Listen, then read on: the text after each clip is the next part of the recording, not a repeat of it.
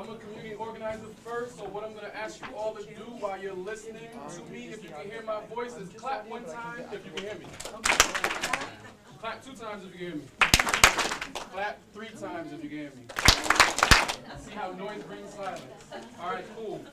So my name is Kennard Ray. I am here to moderate today's panel, and what we are calling this is Beyond the Data, the other 46%, measuring successful community reintegration by more than just numbers. I'm really happy to see so many of you come out to talk with us, hear from us, because we will have a significant portion of this panel be a Q&A session with you all. The concept behind this idea was inspired by a couple of different things. One point was hearing panelist Tiheba Bein, who you'll all hear from and meet. I heard her at a panel maybe 3 or 4 weeks ago, speaking about all the struggles that she goes through each day to reach what we would call measurable success. I thought about this and came up with this concept based on how we measure success for reentrants, right? Our key demarcation, our key measurement tool is recidivism. But if we look at prison and reentry, anyway, in the way that we look at drug addiction, right? Drug use. In the addiction world, relapse is almost an accepted part of recovery. I say almost because we know it's an accepted part, but give us a little cover on that. Likewise, or in kind, maybe we should think of reentry in that same way. Me personally, I'm a multiple point recidivant, right? I'm looking at you back there. I'm not even going to say your name because I don't want everybody coming up to you with the apartment papers. But looking at Chairperson Giles and having a conversation with him 2 days ago at the Capitol, I think it was, just simple and complimentary. I don't think he would have ever known that I was a formerly incarcerated person. I don't think many of the folks on the panel you'd ever know were formerly incarcerated people. That's because if we're measuring success just by numbers, just on raw data, we're not ever going to get the stories, the lived experience, the core, the meat of who each of these individuals are. And we are individuals. So I'm not going to take up too much time. We wasted a little time making it over here. Our panelists, each one of our panelists, actually before we go on, so this panel was meant to be evenly divided between men and women. It didn't work out that way.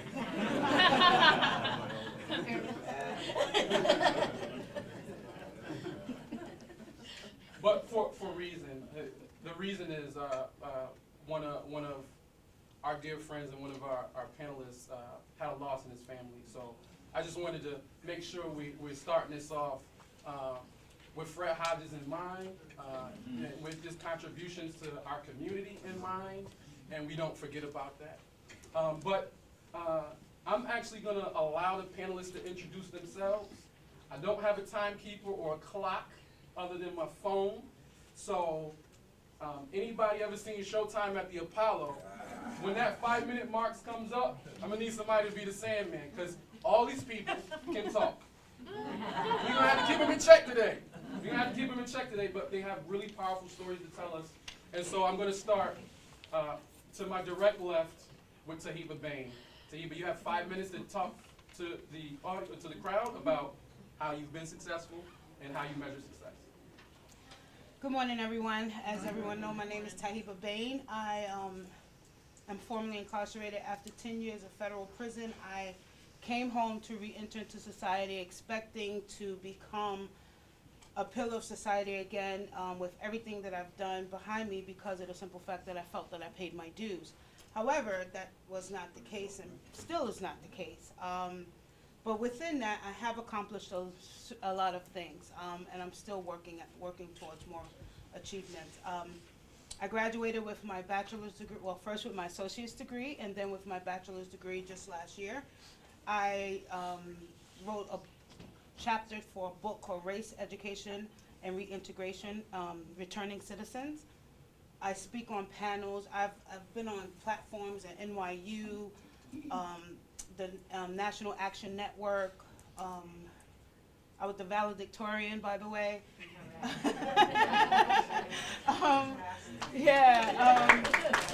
What else?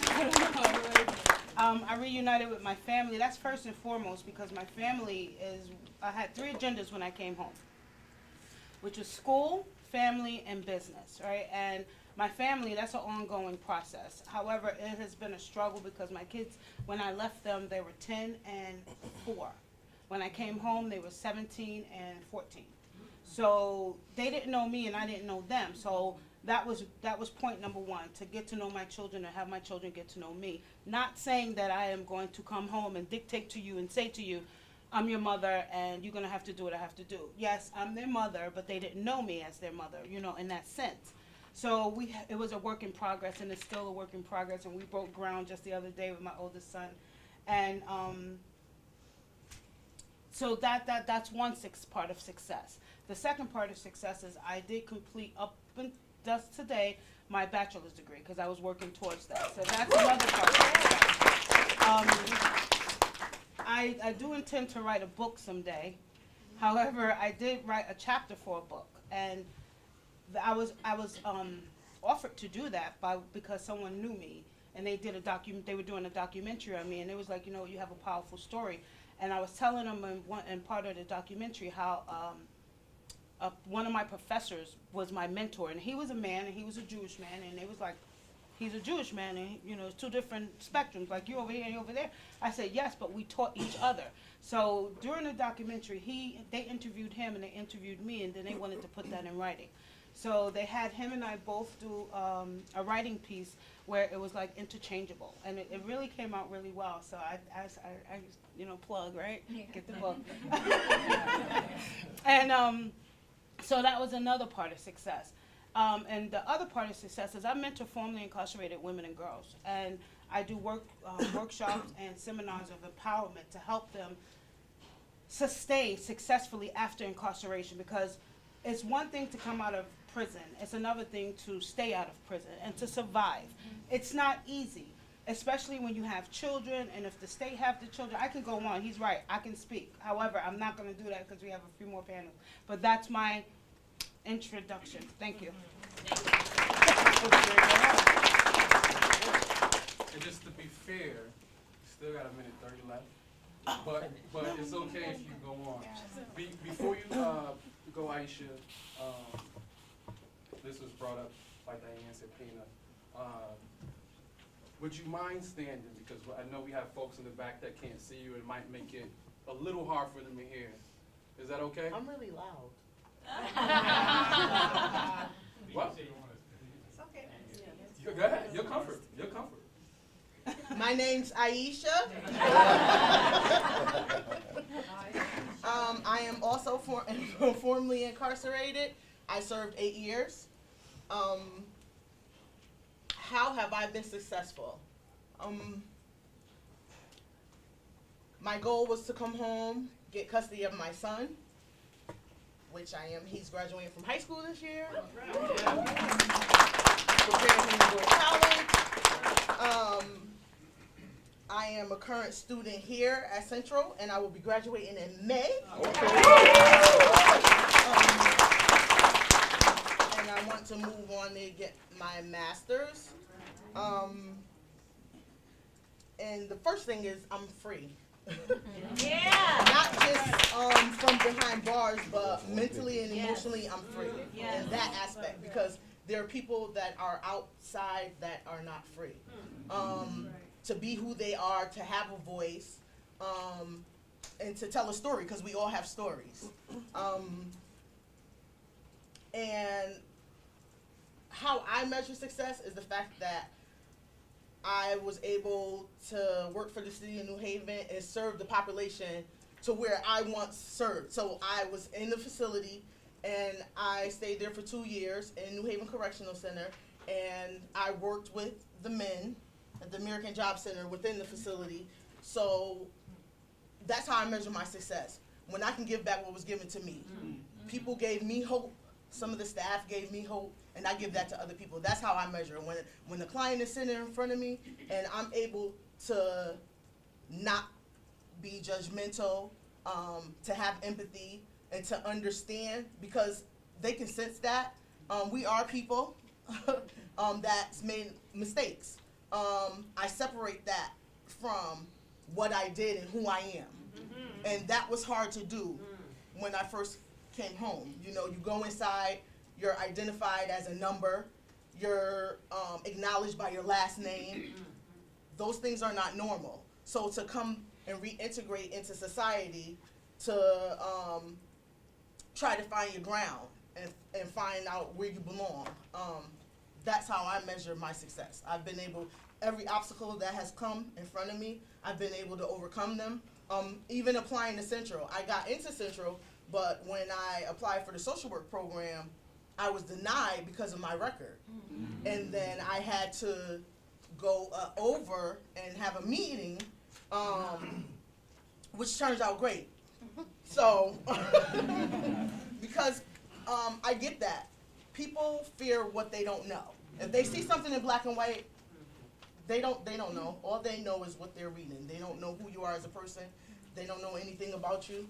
And I think that person learned a lesson about me and who I am, and what I have to give. So it's not bashing, I love Central. But that's just some of the things that I had to overcome to move forward in my life. I use that as a stepping tool. Bill Dyson has been awesome. Like, he has helped me through a lot in my process. My former employers, my former supervisors, former DOC staff that I'm still in contact with, some of the social workers that was inside DOC that's I'm still in contact with on a constant basis. I talk to them all the time, utilizing that support system. Because when I came home, the first thing I did was get into therapy. And I put my son into therapy. You would never know that we've been apart for so long because we attached at the hip. That is my life. He's everything to me. And I'm always open and honest with him. And the mistakes I've made in my past, I try to guide him along the way and where he needs to be. I'm his biggest cheerleader. So that's how I measure my success. I'm done.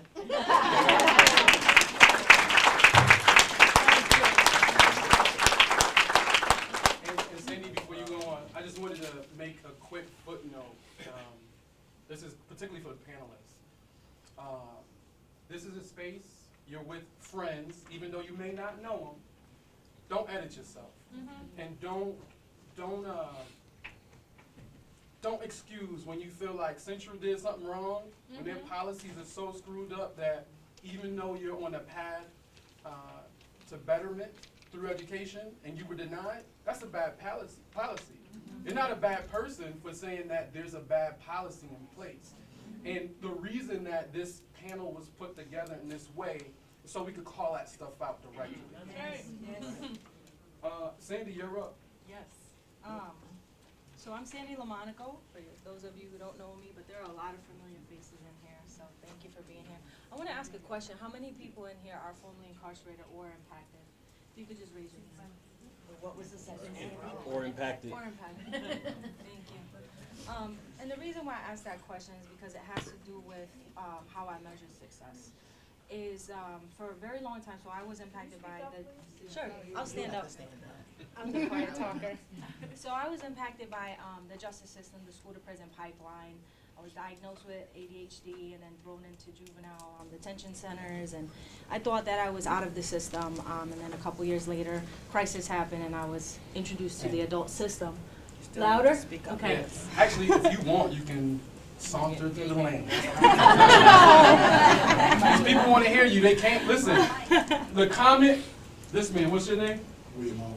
William Outlaw said, this should have been the big room when it began.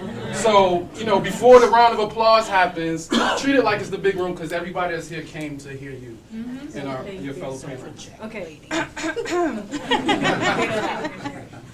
So So I thought I was out of that system, but what I realized when I entered the adult system was that the first time I was in there was a week after 9/11. I was there for 3 months, so locked in a room, was not able to come out for weeks. And the second time I visited York CI, I paid attention because at that time I was out of that lifestyle, so to speak, for 5 years. So there was a lot of conflict about like why I was here, but what I did was I started paying attention and listening to women's stories. And what I found was that we were caught into a cycle. And this was not just a cycle that was just, you know, parent to child. This was a cycle that was affecting black and brown people really, really bad. And so it really, really got me frustrated. So I came home with an agenda, and I came home with an agenda to help people and help black and brown people. And I thought to myself, well, I got this privilege because you wouldn't think that I've been locked up. So I'm going to use that privilege, and I'm going to try to educate myself to find out how I can help people. So I think I measure my success in the same way that you said, which was providing that hope for other people, but also talking about the issues raw and talking about them how they are in reality and not really sugarcoating anything. Can you hear me over there? And I think that that's really important, is that we talk about if we have white privilege, if we talk about we've been privileged in situations. I think it's really important that we talk about education. A lot of different things that I measured success from was, again, same thing that these women said, was that relationship with my family. My father, when he passed away 10 years ago, he was 92 years old, so my goal was to get home and be there for him before he passed away. And so I didn't really have a chance to kind of get to know my mother because I lost her at 19. So I am parentless, but there are a lot of children out there that are parentless, and we're blaming that child for their life that they didn't ask to be born into. Then that cycle continues. So I think when we measure success, we need to talk about all of these factors and not sugarcoat anything. And I think now I'm working at the ACLU. I'm a criminal justice organizer for the Smart Justice campaign. The first.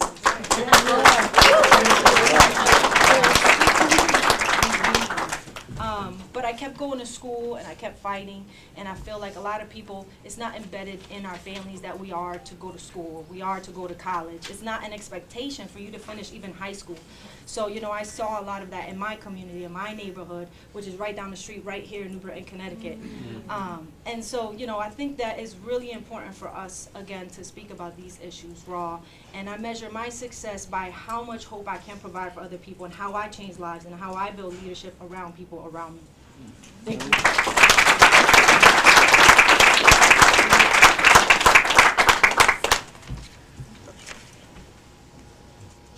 Yes, you need to stand.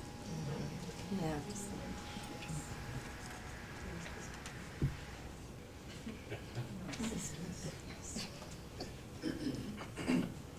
Hi, I'm Beatrice Codianni. I'm a formerly incarcerated woman. I did 15 years in federal prison.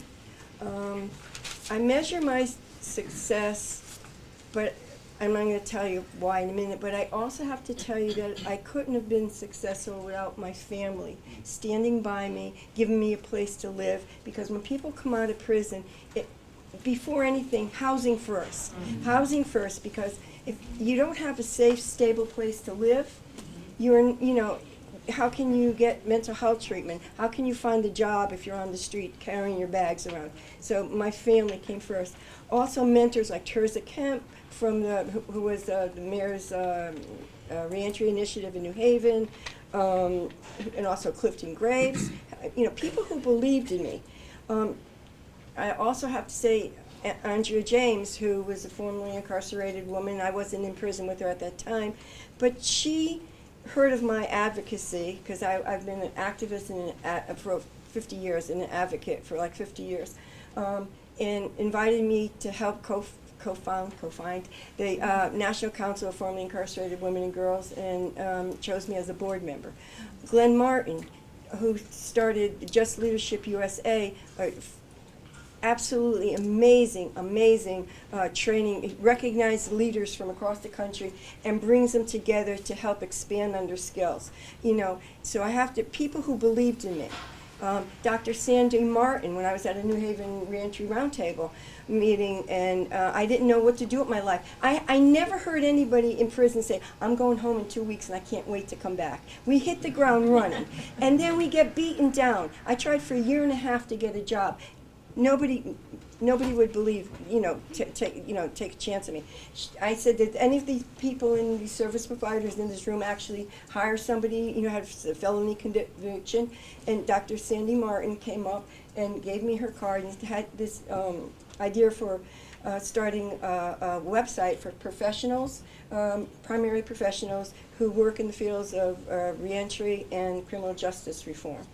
And she took a chance on me and mentored me. And it's 8 years. 8 years I've had the job I never had journalism and editing. She made me managing editor of this website. And I can't say who subscribes. You'd be astounded. I mean, and that gave me even more courage to go on and believe in myself. And then what I did when I got out too was seek mental health treatment, because most of the people who go to prison have some kind of unresolved trauma in their lives. And I okay, so I could have been the poster child. And so when I got out, it was difficult to seek treatment, but I felt myself, not being able to get a job, spiraling downward. So I got mental health treatment, and I advocate to people who get out of prison. You're re-traumatized in prison. So you got, prison traumatic stress disorder is real. And, there's a stigma. You don't want to admit that you have some kind of mental issue going on. But I advocate and talk to people, look, this is real, help is there, and let me help you get it. I also measure, like I said, being a 2017 living with conviction fellow is like whoa, measure my success by that. I also capitalize, so if any of you are familiar with Orange is the New Black, I'm Esposito in the book, and I capitalize on that experience by talking Harvard, Yale, across the country, to students, anybody who will listen, about the realities of women in prison. It's not all sex, it's not all contraband. It's like communities being torn apart because mothers, children being, re-traumatized. And so I get to speak, and lights bulbs go off when I speak. I still got time? No, you got time. Okay. So, yeah, I made some notes because I'm all over the place. But so I also founded an organization called Sex Workers and Allies Network. There was a sting of sex workers in New Haven. Their pictures were all over the paper. Sorry. Okay, but yeah. ask me, I'll tell you. In the minute of her. She can have my minutes. Now we negotiate. To be continued. All right. My name is James Jetter. I'm incarcerated for 19 and a half years from the age of 17 to 36. I was the 6th parolee under the new juvenile parole bill that had get passed in 2016. Before I go on, I do want to. All right, I was the 6th parolee under the juvenile under the juvenile parole bill that was passed in 2016. One second. There's a conspiracy. People want folks just to stand up. So Yeah. But I do want to highlight something. I wish Fred was here instead of me. I wish he wasn't here for the reason he wasn't here. That's heartbreaking. However, I am glad that the numbers on this panel are 4-2 ratio, because even at a 3-3 ratio, the male narrative of incarceration dominates there are distinct issues that are overlooked when you talk about men who are coming home. Men who have children come home to be in their children's lives. Women go home to get their children. This is different. When men go to prison, my father was in prison before he passed away. My house was stabilized because my mother was there. When women go to prison, the house is completely destabilized. There are different issues that we don't talk about enough. My story is, I think the success of my reentry is the blessing of not having to depend on a reentry system per se. I was under the care of Warden Murphy, who's somewhere in this room, and at Cheshire, and I was one of his lifers program, his mentor program. I was employed before I came home after the lifers met with Chief Rovella and Rex Fowler at Hartford Community Loan Fund, and Thea Montanez, who was Mayor Lou Bronians and Hartford's Chief of Staff, and Irving took a chance on me, got me to a halfway house after I made parole, and things kind of just continued to progress from there. I found myself at Yale, at Trinity, at Harvard, just doing different stuff, working with interns, with internships, volunteering in communities, and I found myself fully employed as a policy analyst. So but I don't call that success, because in the midst of all that, you know, I had to. Before I came home, my brother, who I did 10 years, told me something. He said, "In all the preparation, prepare yourself not to be prepared." And I didn't know what that meant because I've never re-entered. But what I had done is that throughout my incarceration, I normalized my depression, because prison is conducive to that because you have so much time to sit, right? And but coming out of one environment to a new environment, what was normalized becomes abnormal. And so I started having these battles and these anxiety attacks that I wasn't used to. I couldn't articulate them because I wasn't, but I was having all this so-called success, you know. And so that's one issue that I think you can't statistically track, or the hurdles that like Beatrice of getting therapy to address these issues. It's hard. It's on Husky doesn't cover it. We first come home, everybody gets Husky, doesn't cover it. So moving forward, that's something that needs to look at. But I think what helped me most is that I didn't go back to my town. I'm from New Haven. I, in my youth, was a shooter, and so that has certain realities in a small city with big city situations, and I had to make the hard decision to go to a different town and had an opportunity in that city. What helped me most was that I was able to create community, and the state can't give you that, or they haven't come up with a formula for that, and that is so important in the reentry process, is to find community that will welcome you. There used to be a narrative of that people be mad that men come home from prison and they was accepted like they came home from war. Well, I just came home from war.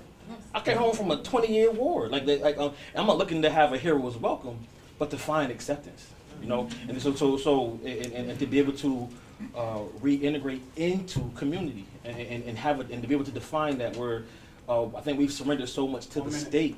Got you. We surrendered so much to the state as to what is their job in fixing things, that we've lost a sense of how to fix things ourselves. Moving forward, I think you will never see that in numbers, but it is one of the main goals that we have to figure out amongst ourselves to rebuild these communities.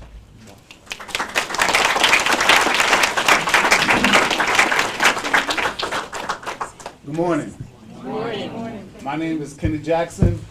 I'm an ex-offender, and that's just me. Okay, that's how I classify myself. I don't get into the politics of the name changing and things like that. I'm an ex-offender. I'm an ex-offender. You know, I don't force this on anybody else.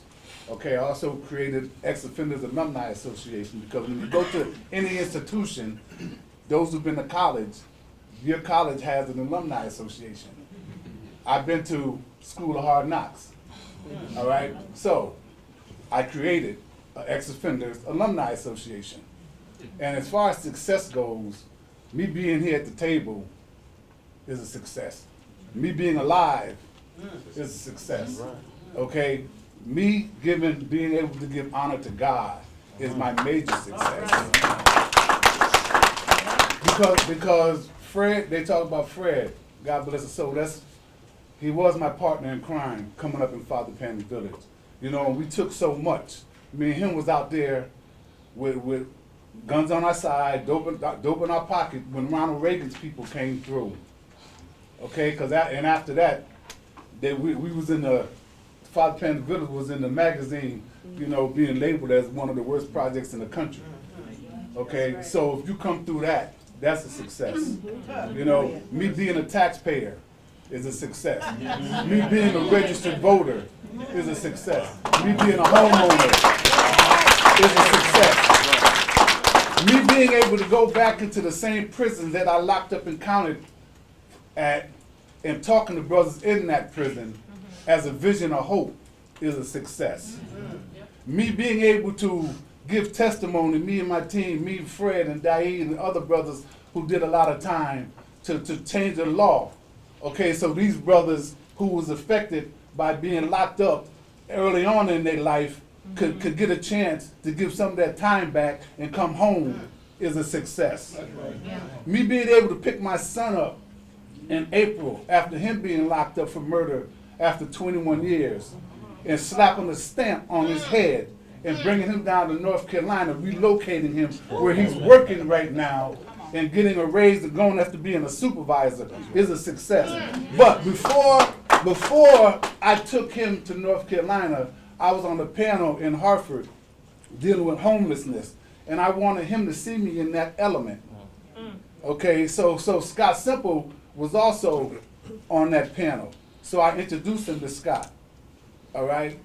He's seen Scott's picture at the institution that he, going in and out of, as they have the pictures up when you walk into the institutions. All right? So with that being said, success is a driving force in all of us, and it's ongoing. I don't got a bachelor's degree, I don't got a master's degree, but I'm a streetologist, and I study streetology. I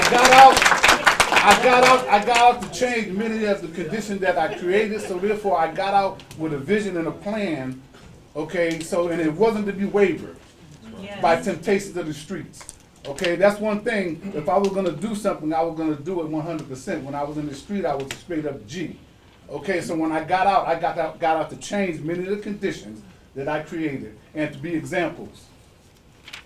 It'll be 24 years that I've been out of prison in November. And so I've been out a long time. Some of the things they're emulating now, like ex-offender mentoring. I created that over 20 years ago. And now it's coming to fruition in different institutions. Because ex-offender mentoring wasn't in the forefront. 1 minute. I certified ex-offenders to go into the school system. Okay, and I'm going to take the rest of my time. Okay, this is from a psychologist in one of the schools that I brought my team in. And she said, "It is with great pleasure and enthusiasm that I am writing to endorse the Beacon Mentoring Program. For the last 15 years, I have served as school psychologist, special educator, and psychotherapist, as well as supervisor to many interns and social work students.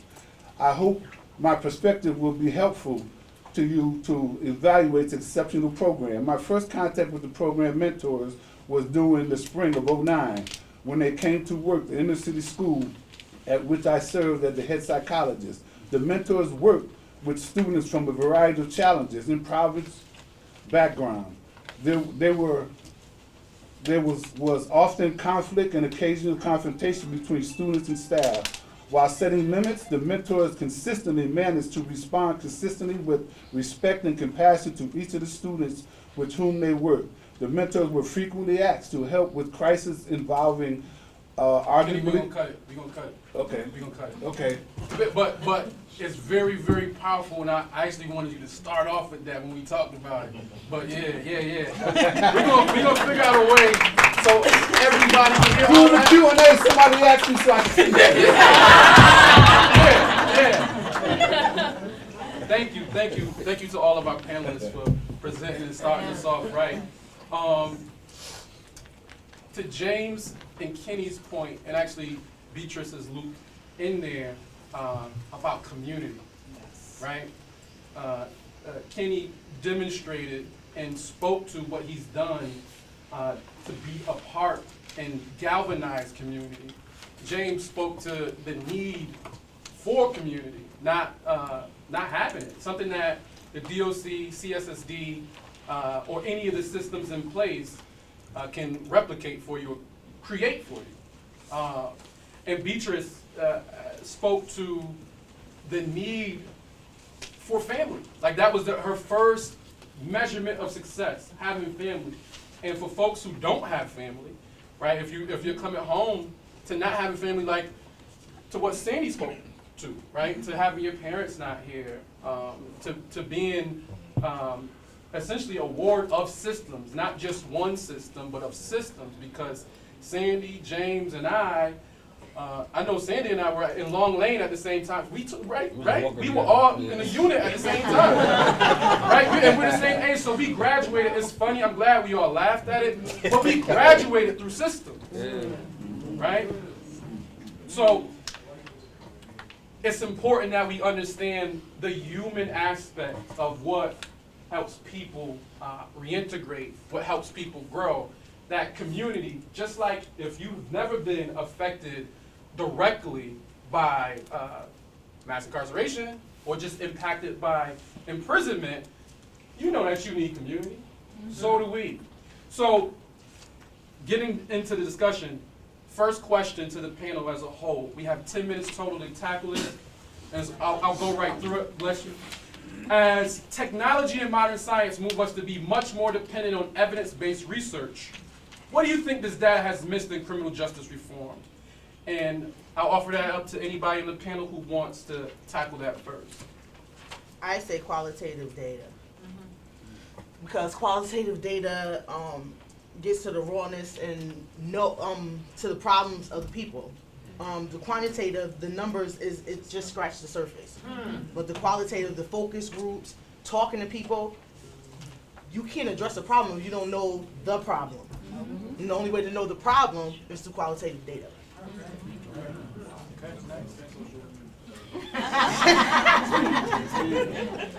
Anybody else?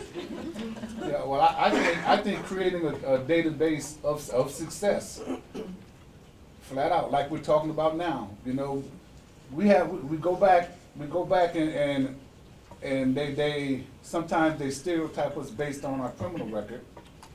Okay, and it's public knowledge and stuff like that. And if we go get a job, you know, they want to see that data.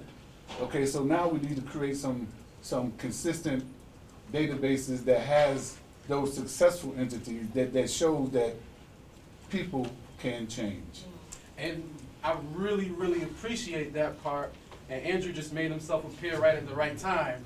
But we were having a conversation over coffee about a month or so ago. And we talked about this issue a little bit, about data, numbers, success. And I think either I brought it up or Andrew brought it up. A.T. Wall in Rhode Island at one time had two people in his custody who became attorneys. Right, these two guys at the same time in different facilities, and you know, but they're same place, same time, different facilities. They both became attorneys. He helped them both get into law school. There's something there, right? There has to be something there. There has to be something there where we're creating databases of the actual successes that we measure for ourselves. And I'm talking about people who aren't directly impacted. If you see something like owning a home as a success, being an attorney as a success, well, don't see me having a job at Walmart as being a success, right? Because we know it's not an even playing, we're not on an even playing field, but the way we reach our successes, in my opinion, has to be, to Ayisha's opinion, more qualitative.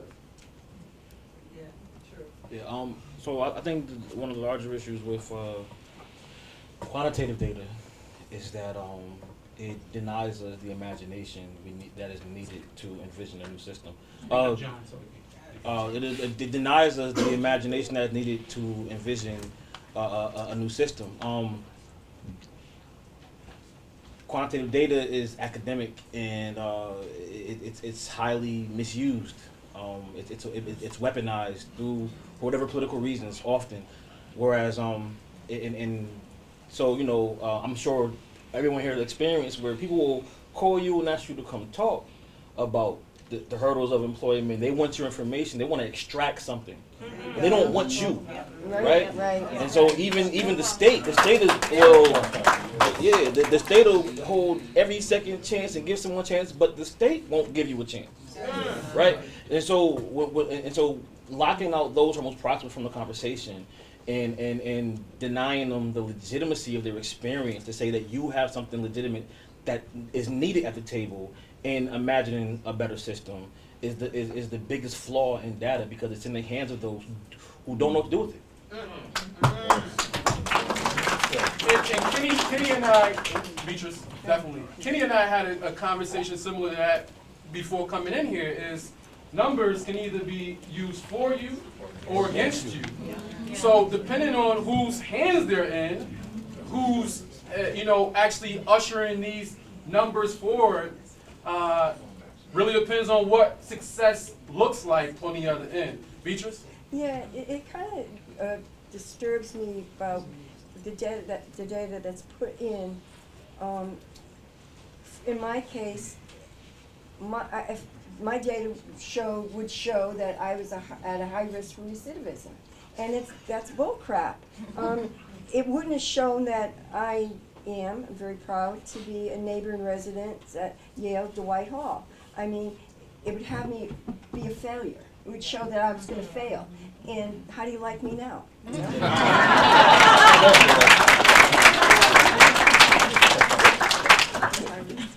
All right, so we've just been granted a little bit more time, but I actually was going to keep y'all anyway, because y'all came, packed the house, so I was going to try to cheat a little bit and keep everybody in here for a little while longer, but we have until 11:40, which will enable us to have a richer Q&A section of the conversation. I'm going to move on to the next question. What inspires you, to our panelists, what inspires you to continue your path toward success, even though current raw data often tells a different story than your lived experience? Anyone can go first.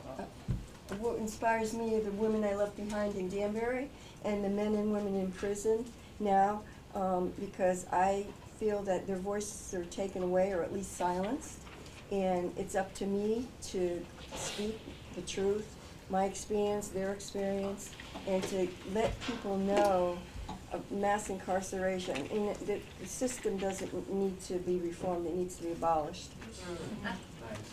Yes.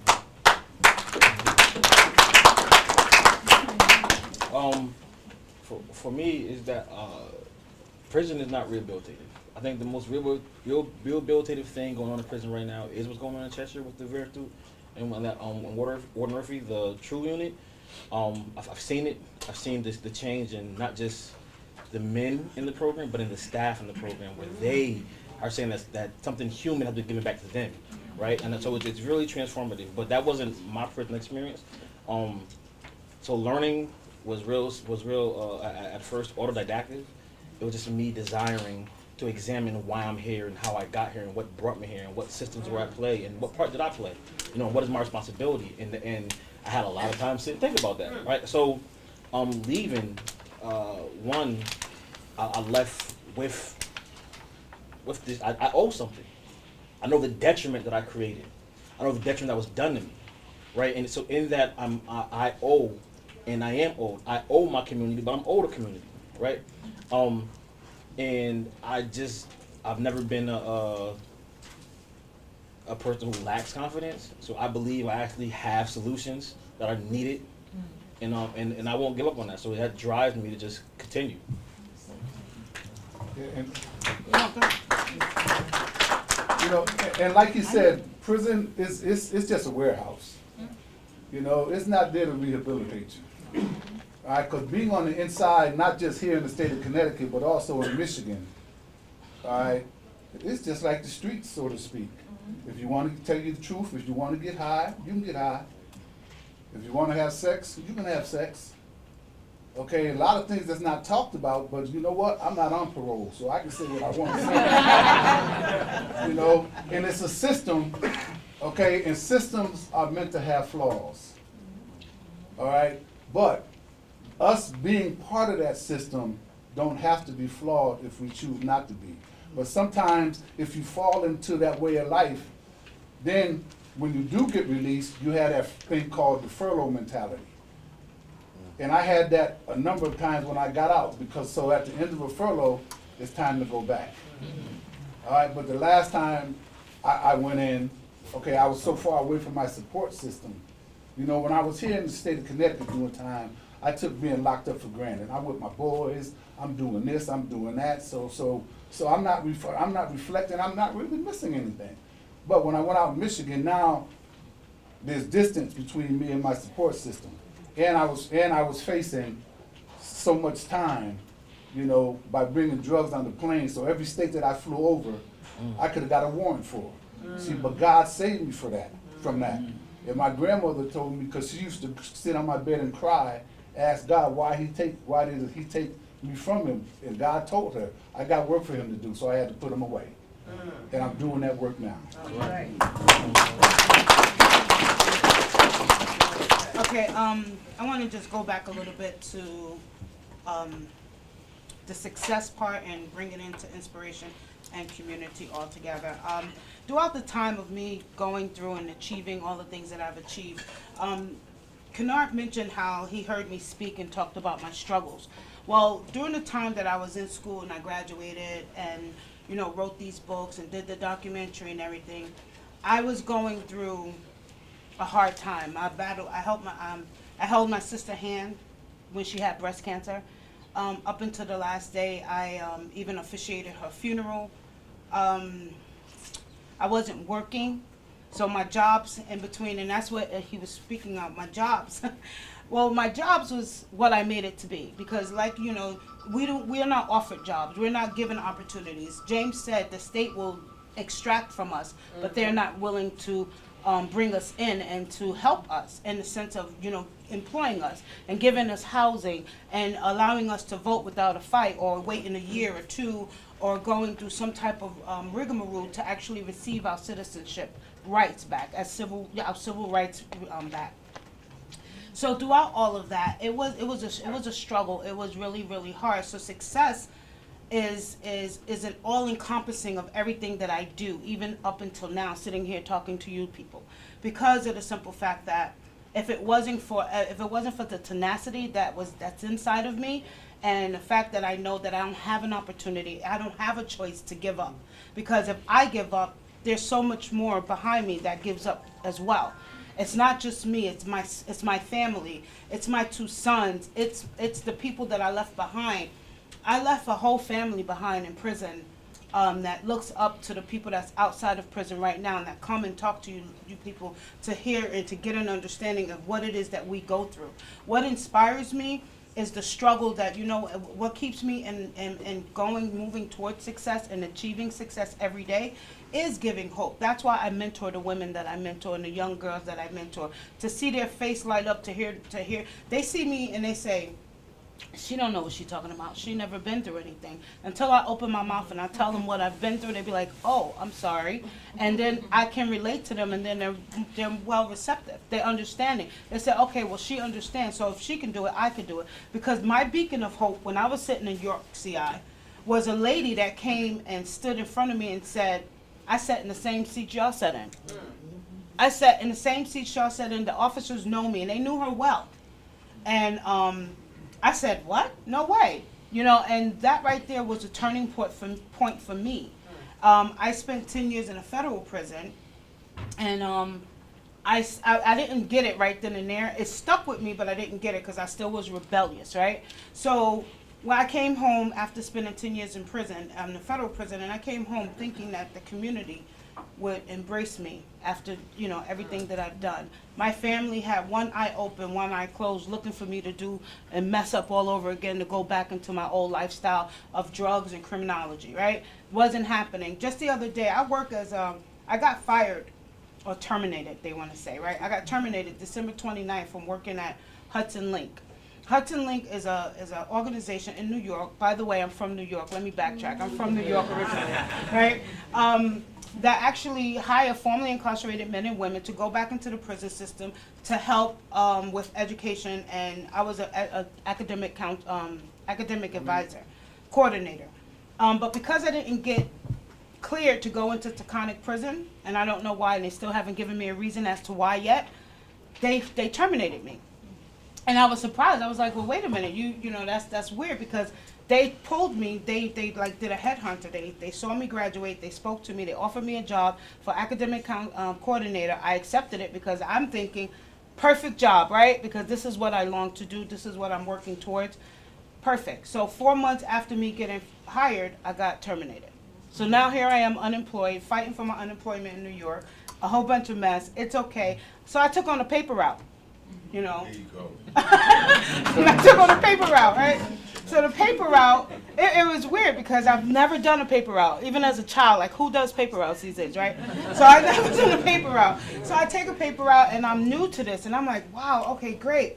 However, it was so overwhelming for me, and it just ended like last week as well, because now this paper, I said, God, I owe 30. I have a minute and 30 left.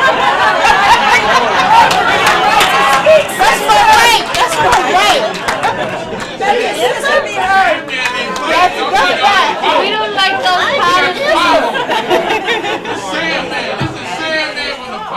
So anyway, okay, so that's what's inspired me. In all fairness, I'm an activist, real one time. there's 5 of you on the panel, and everybody wants to hear from everybody. That's why, except for the 2 new people, everybody had the questions ahead of time. I prepped y'all. Yeah, I'm just saying. but you Just gave- saying. you Kenny said didn't get him either. Kenny didn't get him either. In fairness, he didn't get him because I ain't have his email address. But Yeah, no. you just used my 1 minute. Yes, Because I'm a exactly. moderator. I can use these things. But okay, so let me just finish. That is what inspires me. No. So, the next question, we're moving on, because Kia's going to ask the question for you so you can finish. Okay. We all want to know this. But the next question is, what do you personally believe is the criminal justice system's biggest misstep in measuring success? And what would be one thing you'd do to change it if you were in charge? 2 minutes apiece, starting with Kenny. More sensitivity training. I was part of a team of ex-offenders that sat down with all the wardens throughout the state of Connecticut. And we talked to them about our stories. We talked to them about our struggles. We talked to them about our issues. We talked to them about our successes. We gave them our opinion about how we jailed when we was in their system. So we also gave them our points of view on, since this is a sensitivity training, okay, we're gonna give you guys some ideas on how to make the system better. Because, like I said, you know, a system's a system. The penal system has many flaws. And if they didn't work on fixing some of those flaws, it'd be a setup to guys who's on the cuff, guys who's on the borderline, and things like that. For example, with the Integration Center, you know, having ex-offenders mentor brothers that's in there, you know, and being able to bring more men who did time in there to do presentations, whether it be Black History Month or any other time, to talk to some of the same guys who looked up to them on the negative. Now they respect them on the positive. Perfect time. James? I think by throwing out every metric that they measure success, it's the first step. We went from an overcrowded system to a crowded system and called it success. On a whole, it's warehousing. So success is measured at having a not so high failure rate, which is a weird measure of success. You know, it's been bragged about this year at least about recidivism being at 55%, but that's not including revocations, which bumps it back up over the national average, which is high in itself. So you got to throw out all these metrics and start over. I don't think there's a solution. I agree with everything Kenny said. The only problem is that from a cultural standpoint, even in I don't know how you change without shifting the entire culture and system. Mm-hmm. And so now you can redefine what success is. Right now there is no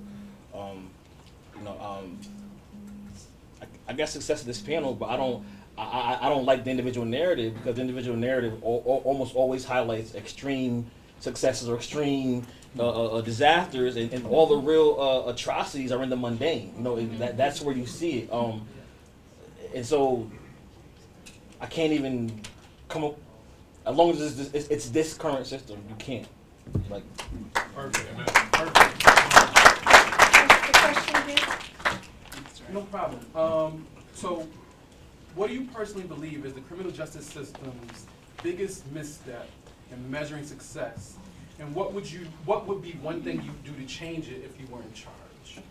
If I was in charge, first of all, I wouldn't lock up this many people. I mean, if I was in charge. How do you measure success? Well, the system is racist. So I could be successful because I'm white, you know, doing these things. I think we have to get to the root of the problem. We all know that a black male, a black woman, is more likely to get arrested or violated or sent back to prison just because of racism. I mean, I really can't articulate it, but I'm feeling it. And I think you're feeling it too. We just have to get rid of racism and stop locking people up.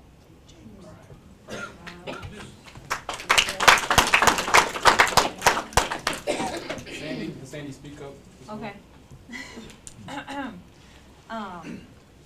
So I think about community, what others have said, and I think one of the biggest missteps are that we put all the accountability and responsibility on one person for their change and for their success.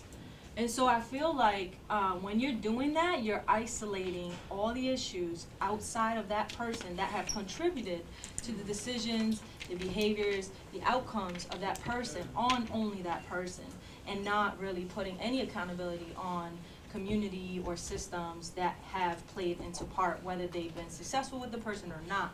So I think if I were to be in charge, I would look at all systems, including the education system, you know, especially for young kids. I would make sure that I look at, you know, is someone able to get a driver's license? Is someone able to get a high school diploma? Why they're not? Are they not able to get there? And I think there are a lot of dynamics that play into part, and it shouldn't be reliant just on that one person. And again, because people do have broken families today, every family has step-parents and things of that sort, I would look at, you know, what the family dynamics of, and of course that's a social worker speaking in me, but I think it's very important, and I think that, you know, in the criminal justice system, we need to have a better framework to look at community and other systems that play into part into people, and not just rely on just their decision. Thank you.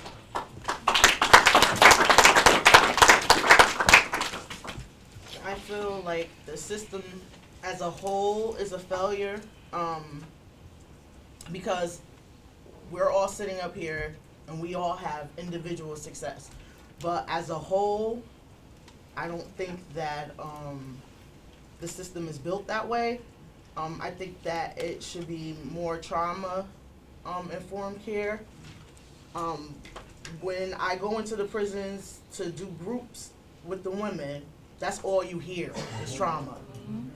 Like broken women and telling their stories, the pain and disparity, that's all you hear. That's nothing else comes forth. I think that women's issues are separate from men's issues. And now that I've witnessed both sides, the women should be dealt with in a different manner than they have been.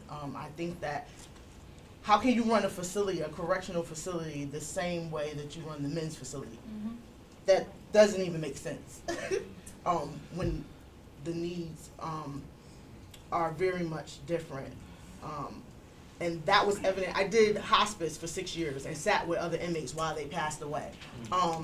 You want to talk about life-changing? To see it, this one in particular, the second person that I sat with, she had first incarceration at 16 and then out the system, and she was 53 when she passed away, but she started using heroin inside of Niantic. No one came to claim her body. And I remember sitting there like, I've never seen something like that. Like, the nurse, Sullivan, had to call the radio to put an announcement so that somebody could come get her body. I'll never forget that. That was really I'll never forget it. And the trauma that you come out with. I had a cellie next to me hang herself, and I had to help the officer get her down. The look on her face, the smell, everything, I remember it. So To answer that question, that's a hard question to answer. Put a fine point on it though, 'cause I was just about to. Put a fine point on it though, because I think you said a lot of things that can be, if you can articulate exactly what you're moving towards, I think it'd be helpful to your audience. That people need to be more informed, period. Not just the system. People need to understand that everybody matters, everyone matters, and that's the problem. Thank you. Tiheba? Okay. This is not part of my time. Huh? The clapping is not part of my time. No, it's Okay. not. All right. Well, I want to say that I agree with everyone on the panel, especially with you, because family matters as well. Like, we can't forget the ones inside. We can't. There's lots and lots of people out there that's in prison that does not receive mail, does not receive visits. You know, the phone calls are cut short. They don't have money to get the collect calls. So our family members that are, or friends that are in prison need to be remembered. That's number one, because if you're forgotten by your family, the society forgets you anyway. And another thing is policy. What needs to change and what can change? If I was in charge, I would change policy, because when you change policy, you change the system. Everyone up here spoke about the system. Everyone up here spoke about, you know, the how the system is lopsided and it's made for a certain, and it deconstructs the families. If we change policy, we change the system. The policies that are in place are made for the system in which controls our incarceration rate. We live in an carceral state, America. The numbers are astronomical. Like, I can't even go through the numbers right now because I have such short time. But the thing is, we have like almost 2.5 billion people in prison. Okay, does that make sense? Well, in prison and throughout the system, the criminal justice system. Prison, jails. Yeah, the prison industrial system. How about that? Because of the simple fact that, you know, we're not taking care of our communities. We first need to take back our communities, give back to our communities. Remember, we grew up saying it takes a village to raise a child. Okay? It's not just one person, it's a whole village. And we are the village. So we need to bring the people back into that fold, and then change the policies and go to the educational system, go to the mental health. When a black or brown person is in a school acting out, the first thing they want to do is give them psychotropical meds. But when a white person is in school acting out, oh, well, little Johnny is, you know, he just needs help. He needs therapy. We're not giving therapy in that sense. So that's another way from prison to school pipeline. School to prison pipeline. All right, so, nope. Oh. So as we move, no, because what's really important here is that we're able to have rich conversation that's not based or entrenched in just the individual narrative, right? And that was actually a part of the thread that pulsed throughout the entire panel, is that we can speak to individualism, and oftentimes when you come into rooms like this, there's some super successful, formerly incarcerated people, ex-offenders, whatever you call them, whatever we call super success, but we don't talk about the challenges. We don't talk about the fact that there's peaks and valleys in everyone's life. So absolutely peaks and valleys in the lives of people who have been impacted as seriously as the folks here have been by incarceration, right? So we all go through the vicissitudes of life, but if we're not recognizing the threads that pulse throughout, panels like these, and having a rich conversation that encompasses the whole room, it doesn't just focus on the individual, but focuses on how groups work. Because community, the other thread that stretched throughout the entire panel, we're talking about groups. When Kenny talks about going back into the institutions, when Ayishea talks about going back into the institutions, when I first saw James after however many years, I was going back into an institution. When James came to speak to me, or had Thea reached out to me. He was like, yo, bro, remember I was up at Cheshire? Remember we were at Long Lane? Remember this? Like, yo, we need to connect. One of your main stipulations, and like I've been thinking about this for years and actually presented on this a while ago, is you can't have contact with formerly incarcerated people.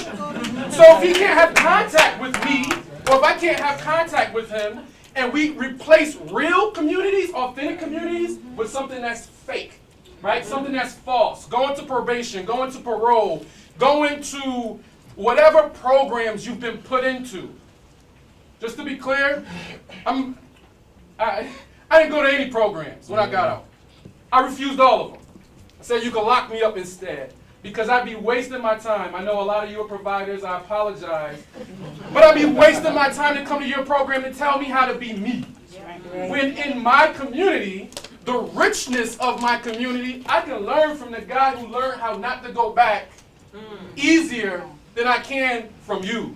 Particularly if you didn't come from my community. Right? Now, that's not to say that quantitative data doesn't help. Quantitative data definitely supports qualitative data. But if we become too heavily dependent on quantitative, on numbers, right? Remember we said numbers can go either way. They can be used for you or against you. So if we allow the wrong people to have the numbers and their power, right? One thing that I've made mention of several times in the past, and I'll cut it here, is when we say that we have less people in prisons now, why don't we look at the analog to this? Why don't we look at like 1955 and the deinstitutionalization of mental health facilities? Right? There is an analog. This isn't new. This has happened before. People were released from places before. Didn't necessarily make us a better society. We don't necessarily take that much better care of folks who have mental health issues, right? So, 10 minutes left. We're going into our Q&A. It was cut by 15 minutes. Apologize for that. This was such a great, rich panel. Please give our folks a round of applause.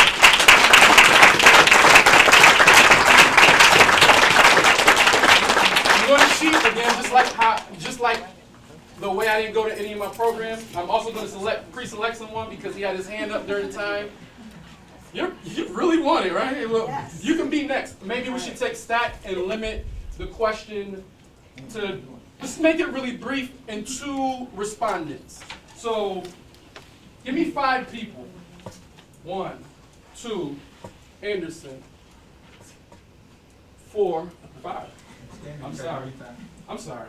But we'll go in that order, and if we have more time, we'll go after that. Stand up and state your name and let the panel and your audience know who you are.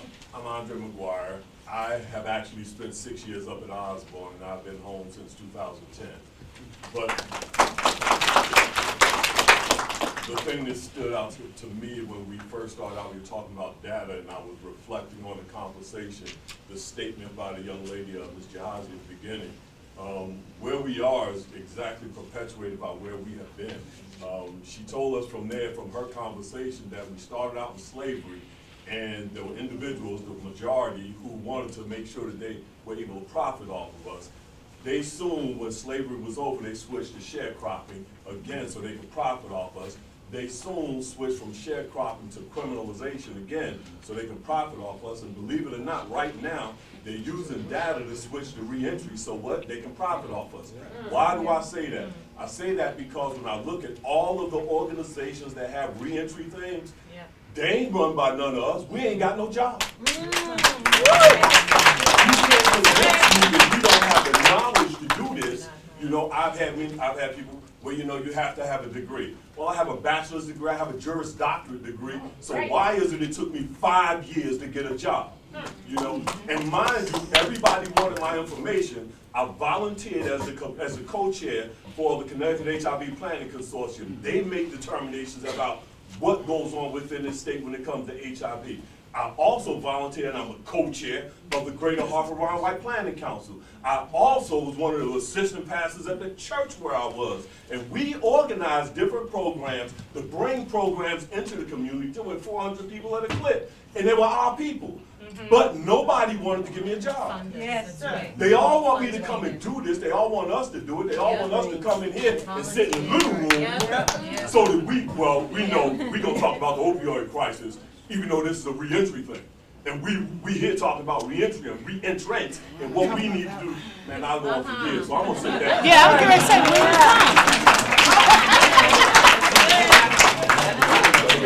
Can I say something that has happened?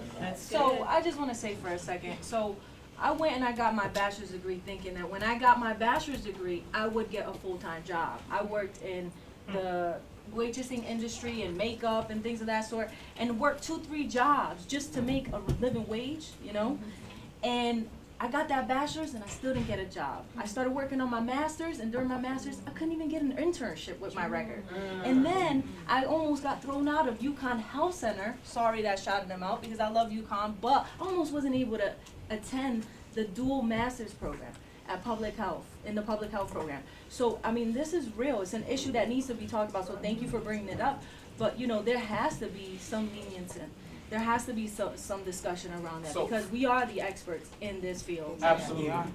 Clap for that, please. 5 minutes left. Question. Hi, I'm gonna look for some comments. My name is Cindy Prizio, Connecticut for One Standard of Justice.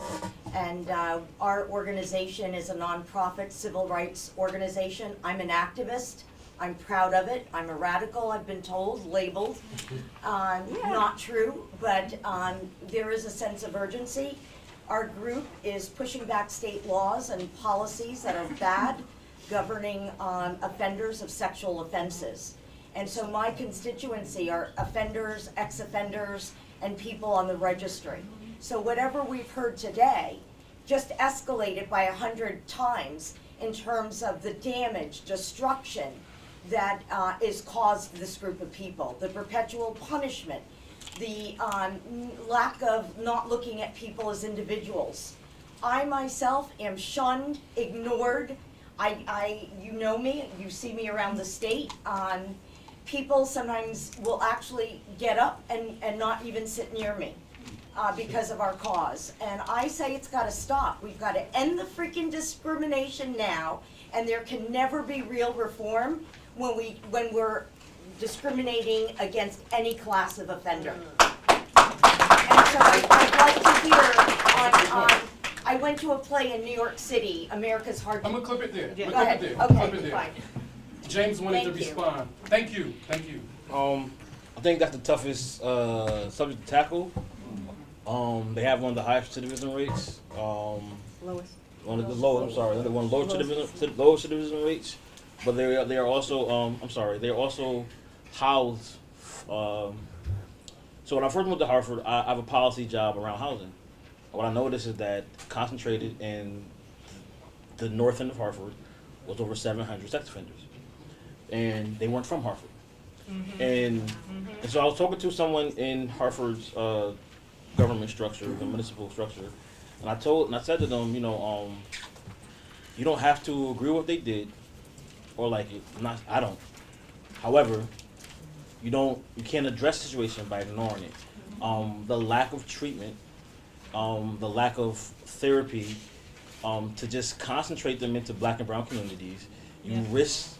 I said, and mind you, I'm creating a narrative because of who I'm talking to. So this narrative I told them, you risk creating another generation of offended minors, right? I said, because in having conversations, some of the hard questions I ever had in prison was with sex offenders, because for a long time I wouldn't talk to them. I'll be honest with you, wouldn't talk to them in prison.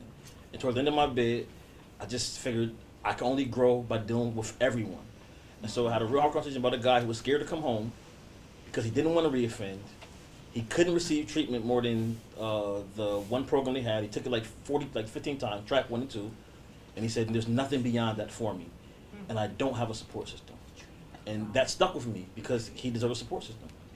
And I think that's the hardest fight in this state. And I don't have a solution or answer for you, because in that conversation, the person just could tell me, ugh, I hate them people. I have hate to them just people. interject right there that you're speaking of the top 1 or 2% of predatory people. No, no, no. All right, wait, we're cutting it. We got one more question. One more question, and James, great response. We gotta cut it. We got one more question. We got one more question. Anderson. And this is our final question. Damn it. This is our final question. Sorry, more folks weren't able to participate. I really wanted us to have a really rich conversation. Anderson. My name is Anderson Curtis. I was released from Rogowski in August of 2007. I have an associate's degree, this and that. However, I really like what Ms. Dennis said about the difference between what I did and who I am. Mr. Jeter, be prepared for the unprepared. And Mr. Jackson referenced God several times. So my question is, what role has your faith played in sustaining your own personal motivation and mountain of collateral consequences, barriers, and things that you've had to face? Because, you know, to me, my success is who I see in the mirror today. I was brought up and raised in church. My mother raised us into church, and so I strayed away from that when I left home, and that's how I started getting into trouble. But I came back to that while I was incarcerated.